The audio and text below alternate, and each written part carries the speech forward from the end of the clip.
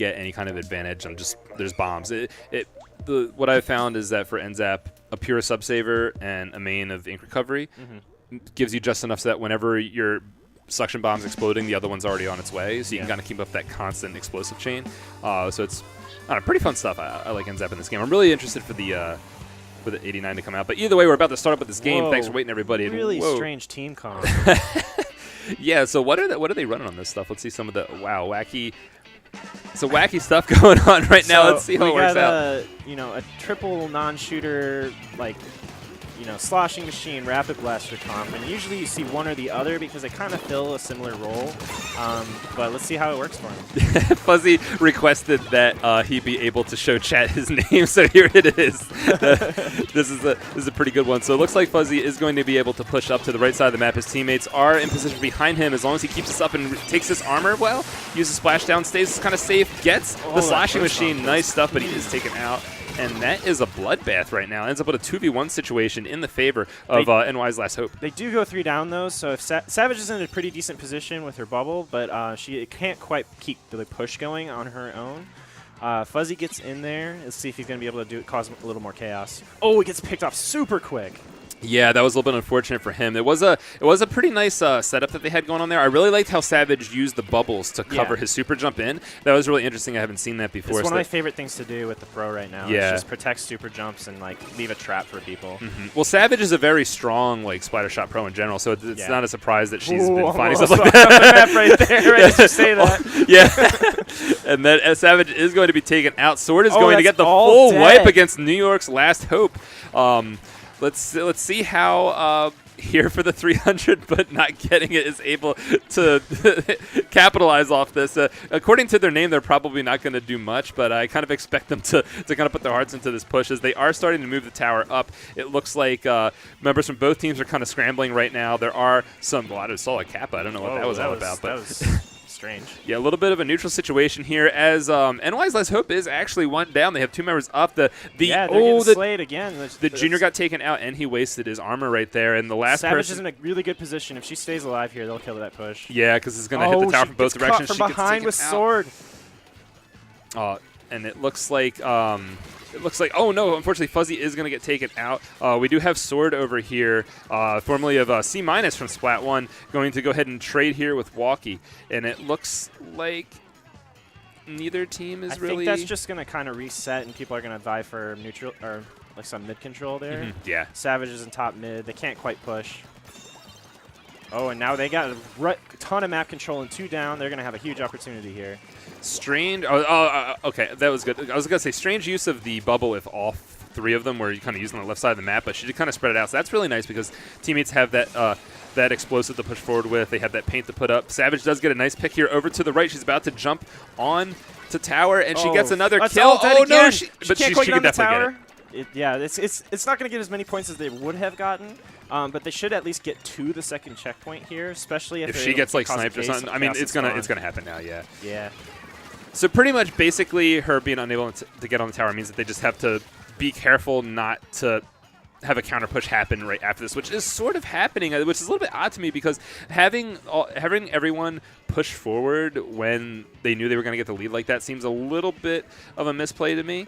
But I don't know, everything seems to be fine. We're going to go ahead and hop over here on Flox as he pushes the Rapid up to mid. So this is pretty good to make sure that no one can get up to the middle part of the map so his teammates can be covered as they go left. Flox is going to unfortunately miss that kill and get pushed really hard by Fuzzy right now. Fuzzy pushing Flox all the way back. The Rapid is going to have to retreat now. He only has one teammate alive who definitely is not going to be able to support him, and he gets a direct on Fuzzy. Direct. I see that double pink pashink noise glitch is still in spectator mode. Yeah, I think that's just because there's actually like 2 hitboxes on it, and spectator mode doesn't know which one to do. I mean, it does make sense that sometimes spectator mode It's a full wipe there. They're going to get some gosh. full map control here. Maybe they got an opportunity to get a push here. They didn't get past that second checkpoint, so there's a really good opportunity to get a push. Let's see. Someone's got to get on tower. Looks like the slash machine's going to be able to get on tower. Now they're this all like stacking in court together. This is going to be really easy for them to deal with if they are aware of it. Sword inkjetting a little early, doesn't quite have anybody in his sights, but he does see the people that are coming from the left now. Yeah, unfortunately that didn't really amount to any points. There's nice 30 seconds left, and what was a pretty good a pretty good situation for NY's last hope. Or no, I'm sorry, for here for the 300 but not getting it. Did turn into a little bit of a loss. Now NY's last hope is pushing the tower here at the last few seconds of the game. It's going to be very difficult for them to be able to push, especially when they have all these people down. Slash Machine fails to get the kill, but I think it will be enough anyway, as NY's last hope is able to push into the enemy base during this last few seconds. Even if they get the kills right now, they will not be able to get the tower, and that is going to be game one. Yep. I actually do see the merit of here for the 300's team comp. Like with Sloshing Machine and Rapid Blaster, they can kind of deal with the tower in any position without like risking themselves too much. Yeah, especially on this map, right? Because there's a lot of places where you have the high ground to be able to do that. Yep. And the Octobrush kind of fills out a little bit of the paint that you're missing from that. So I think, in theory, that comp could work. I think it's one of those comps that I don't think you can just kind of throw out and it'll work immediately, but. At least for tower control, had some merit. Maybe the Octobrush could have been replaced by a weapon that has a little bit more range for the painting. I could have seen that working a little bit. I mean, unfortunately, I don't really have the KDs up here. I'm thinking something like Junior 10 Attack or like NZ 10 Attack. Yeah. Custom Junior might be actually pretty good too for the Inkstorms and stuff to support like the Rapid Blaster and the Slash Machine. You get some of that residual damage, especially in tower control. Or even Brella as a tower. Or Gold Aerospray, man. Yeah, I'm telling you. Oh, that Aerospray meme. It's not even a meme anymore. Like it's not like I think it's still a little bit of a meme because it is really your one-trick pony. It's literally just I get baller every 15 seconds and you can't stop me. But that's kind of what the team could use. A lot of paint control and another explosive, just kind of rounding out those kind of long, mid-range explosive weapons. So it fit the bill. Yeah.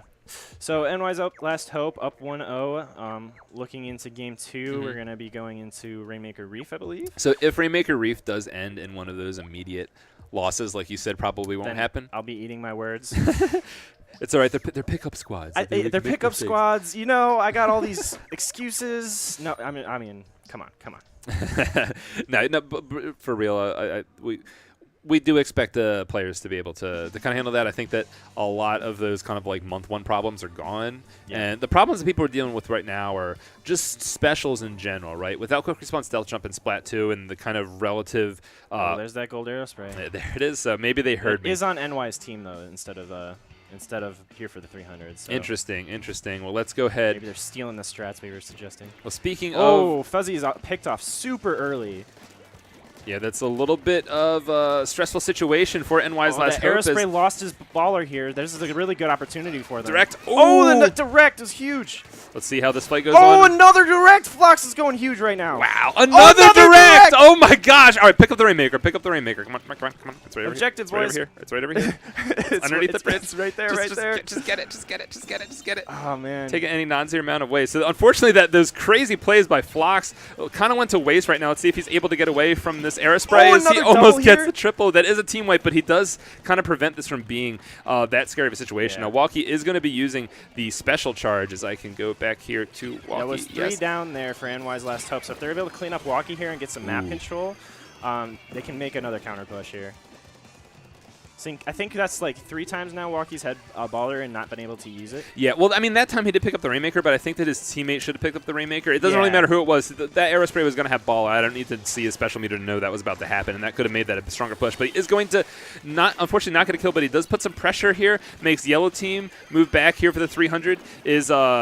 forced to move back a little bit. Bomb Rush going off, though, as Splashdown does kind of slightly negate it. The Bomb Rush keeps going down. Walkie over here going to try to pick up this first, but no, he is taken out by... It's 2 down with a full 4 up. They're all in position to make and a the push Stingray's taking up the only special. Savage is probably going to get caught here. If she can stay alive, though, that's going to be huge. Bad Savage in the bad position. It looks like she is able to survive right now. There you go. Got the bubble off, and now they're going to get a pop for a push of their own. All right, and now let's see what happens, because like we saw here for the 300, did not really capitalize off of the slaying situation they had earlier, and they weren't able to get any points on the board for their troubles. Looks like Savage is going to be able to get the Rainmaker to 43. This may end now, as it seems like there's a lot of people from here for the 300 still alive, getting special bombs going off. Savage slowly being pushed back. 43, not the biggest lead ever, and there is almost 3 minutes left in the game. So this is actually kind of what I was talking about here.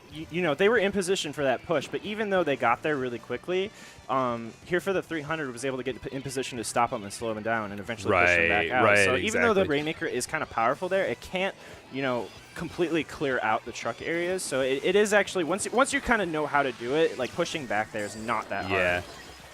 Oh, they get a little greedy there. Oh Push no! Up with 3 this is good. This is crazy. This is I can't imagine this push not going to a very small number. As Walkie gets another kill. Get down. The is rapid. Fox gonna be able to get that direct? No, not No. quite. And Walkie knocks it out. So that was it's a little bit frustrating actually because they had all those kills. They here for the 300 took out NY's last hope probably like several times over. Unfortunately, just didn't pick up the objective, and that ended up costing them. You know, who knows what kind of pushes they could have gotten and what kind of pressure they could have had. If their objective game is a little bit stronger there, like I mean, looking at the kills there, they were very, very even. I think that game could have gone either way. If they just grabbed that objective in the beginning, I think that would have been an insane push. Yeah, and you know, of course, if they had been up in score by the time that the game-ending Rainmaker push had happened. That happened because here for the 300 pretty much wiped. So who knows if they would have even been in the position to make that mistake if they had an earlier lead later and both teams had different reasons to play differently. You know, it's not really a strategic mistake, but just, you know, if you... It's a pickup syndrome, really. Yeah. Like, yeah, true. You know, I'll probably bring that up a bunch of times throughout this whole tournament. But yeah, pickup syndromes are real here. I think if more of these happen, I feel like a lot of these teams will probably come back with the same squad or some yeah, because these are squad. these are the local people that you can play with. Yeah, so I definitely think that like as these goes on, that's not going to be a problem anymore. So that'll be cool to see in the future. Yeah, no, I definitely agree. Well, I mean, our old team, Strange Approach, like we were doing okay, and then we went to a LAN. And we just played out of our minds. Anyway, yeah, and except for grand finals, and then that doesn't count. Well, and then after that motivated us to do better. So like, you know, we were getting barely top 5, and we go to this LAN, we do really well. We realize what we can do together, and we start getting like top 2 for like a month and a half. So it can happen. It can definitely happen. I'm gonna go here and hop on to Savage. She had some really interesting stuff happen so far. She's been doing some really smart stuff. Man, like if you really commit to learning one weapon, you can definitely learn all the ins and outs where you can position yourself, where you can, you know, get away with little tricks, and it just winds up. Oh, she's using thermal. You saw that? Running the thermal ink with the pro. That's pretty cool. I've been kind of apprehensive about running it with the pro just because pro range is where it doesn't work. Exactly at pro range. But yeah, they got a really good initial advantage there. It doesn't look like they kind of really know where they're coming from right now, so I think they're kind of just Savage is the last one up, though. On. What is she going to do? She's going to have to stay alive. She can't pressure too much because she's just going to get revenge killed even if she does get a kill. Enemies pushing up on her. Inkjet going down. Bubble still able to do something, and teammates do show up, so Savage is able to stay alive long enough, but unfortunately the enemy team does take the zone. Here for the 300 now in control. We'll see how NY's Last Hope is able to deal with this as Phlox does pick off Savage. Even though Savage did die there, I actually think that what she did was one of the best plays I've seen in a long time. She stayed alive, she used her bubbles to slow the enemy team down and just baited them out to use their specials, and now her whole team has all their specials, and they get their zone back almost immediately after she dies. Yeah, I mean... That was a huge play from her. Yeah, Savage is definitely a very individually skilled player. She's definitely a really smart player. I mean, we've seen this before in the past. She won the last major LAN. Yeah. So, and she's done really well in tournaments before that. Phlox here going to go ahead and use these Stingrays. 2 Stingrays going off the laser light show. Yeah. Walkie is... he was. There must have been an elevation difference that we didn't really get to see right there. As it looks like here for the 300 is unfortunately going to get taken out here, and I don't think that it's really possible to take this back. There's the bubbles. They can't even get back in time to make that happen. Maybe with a Splat 1 Dynamo they could paint it in time, but I think that this game's just going to be a knockout now. Yep, and that is going to be it. 3-0 for NY's Last Hope. Here for the 300, I mean, definitely not getting it right there, but they were they did that 3-0 doesn't tell the whole story. Yeah, exactly. Those first 2 games were definitely closer than that. They were definitely fighting back, even though that was a 3-0. Those were some pretty good games. And now, like we said, there was some of that pickup syndrome where the objective just wasn't getting played. So if they're able to kind of sit back and think, you know, we were actually taking it to these guys. We just didn't pick up Rainmaker. Maybe that, and even if they wouldn't have won the set based off that, if they start thinking about teamwork more, it could cause them to then win the sets like that, because once they start working together a little bit more, it's going to elevate them. And it is top 2 out of groups, and I think they're in a group of 4, so they just have to perform better than the other 2 teams. So we got we have 10 teams here, I think, that are playing, and then one group of 4 and 2 groups of 3, and top 2 out of each group. So it's a